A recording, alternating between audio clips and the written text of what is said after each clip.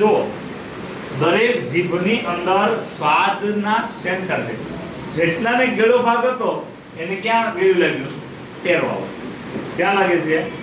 તમને ખબર હશે કંદોયા હોય રસોઈયા હોય કે જ્યારે ચાસણી કે ચેક કરતા હોય ને તો એ ખાલી એક સેજ લઈને ક્યાં મૂકે છે?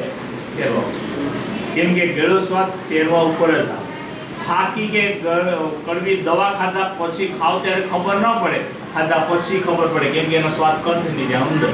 કડવો સ્વાદ જેને આવ્યો જેના ભાગમાં એને ખ્યાલ હશે ક્યાં લાગ્યો? અંદરની પર.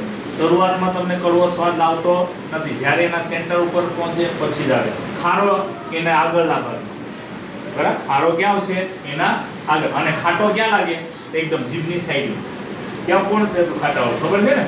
જીભની સાઈડ. એટલે ખાટી વસ્તુ ખાઈ આપણે એમ કરીએ, ખબર છે કે બરાબર? એનું કારણ કે સ્વાદના સેન્ટર છે. એટલે આપણી જીભ ઉપર જે સ્વાદ કલિકાઓ કે જેને રસાયણપૂર્વ હોય છે 2000 જેટલી સ્વાદ કલિકાઓ, અને એ સ્વાદ કલિકાઓના કારણે આપણી જીભમાં અલગ અલગ જગ્યાએ સ્વાદ આવતા હોય છે. બધું તમે પ્રત્યેક જોઈ લો. હજુ પણ અહીંયા દ્રાવણ પીડાય છે, બાકીના વિદ્યાર્થીઓને ચેક કરવાના આવશે.